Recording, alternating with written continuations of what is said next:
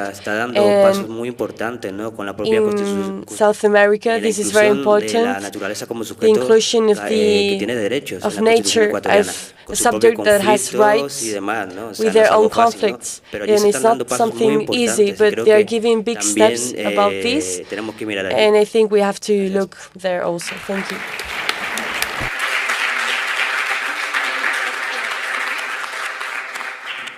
I just have one more remark about the technology and climate change. We need technology to change our energy system. Of course, we need to replace, coal and nuclear. But what is very important, we can't replace it with just modern technologies. We need to change the whole system. Because if instead of big coal power plants, we have big solar power plants or big windmills, and it's still owned by big corporations or rich people, and it's not democratic, then the technology will not help us at all.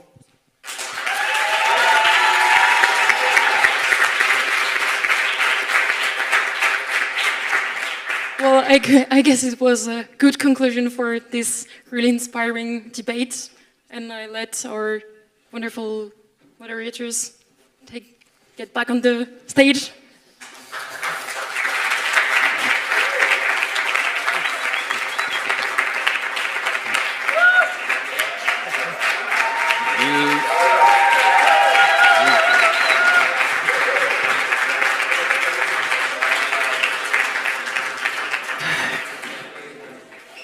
How are you?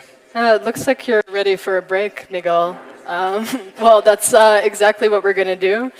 First, I just wanted to say it's really interesting to be able to combine all of these movements and talk about green successes in politics, but also talk about different tactics and how do you actually get to change. So to hear from these different movements is really a coffee break, and it'll be outside. So there'll be coffee and there'll be pastries. But then after that, after those 10 minutes, there will be a performance. And moving on to talk about how do you create change in different ways. There'll be a performance from Aguas y Fronteras, which is using a different tactic for change, and that's performance art. So they're combining politics with art and combining different struggles around us. And they're from a collective, a dance collective and improv collective where they do performative choreography. And the performance will be in the next room, right? So you have 10 minutes to get some coffee and then to come back into the next room where the performance will start.